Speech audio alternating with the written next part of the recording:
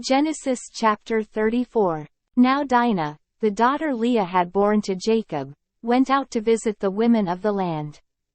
When Shechem son of Hamor the Hivite, the ruler of that area, saw her, he took her and violated her.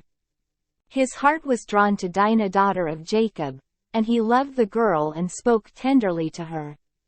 And Shechem said to his father Hamor, "Get me this girl as my wife."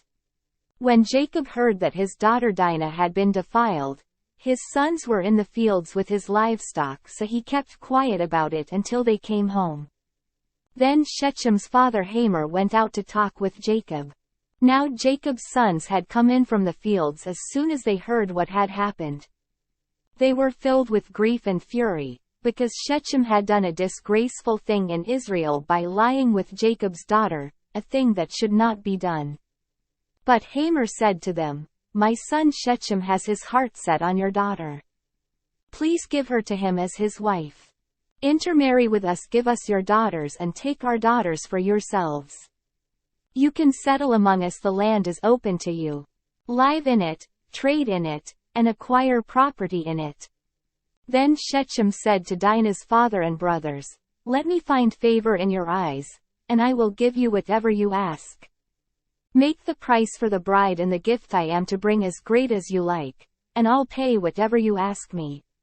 Only give me the girl as my wife."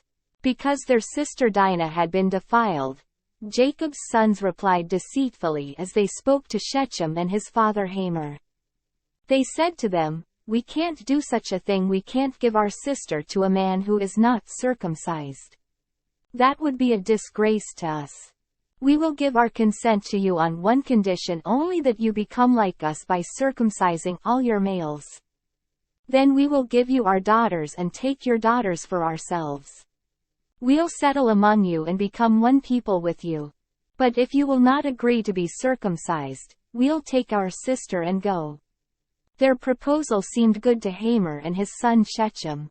The young man, who was the most honored of all his father's household, lost no time in doing what they said, because he was delighted with Jacob's daughter. So Hamor and his son Shechem went to the gate of their city to speak to their fellow townsmen. "These men are friendly toward us," they said. "Let them live in our land and trade in it. The land has plenty of room for them.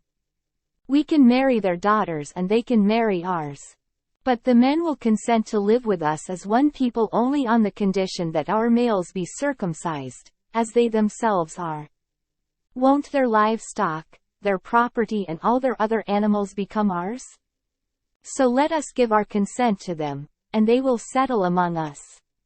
All the men who went out of the city gate agreed with Hamor and his son Shechem, and every male in the city was circumcised. 3 days later, while all of them were still in pain, 2 of Jacob's sons, Simeon and Levi, Dinah's brothers, took their swords and attacked the unsuspecting city, killing every male. They put Hamor and his son Shechem to the sword and took Dinah from Shechem's house and left. The sons of Jacob came upon the dead bodies and looted the city where their sister had been defiled. They seized their flocks and herds and donkeys and everything else of theirs in the city and out in the fields. They carried off all their wealth and all their women and children, taking as plunder everything in the houses. Then Jacob said to Simeon and Levi, "You have brought trouble on me by making me a stench to the Canaanites and Perizzites, the people living in this land. We are few in number, and if they join forces against me and attack me, I and my household will be destroyed." But they replied, "Should he have treated our sister like a prostitute?"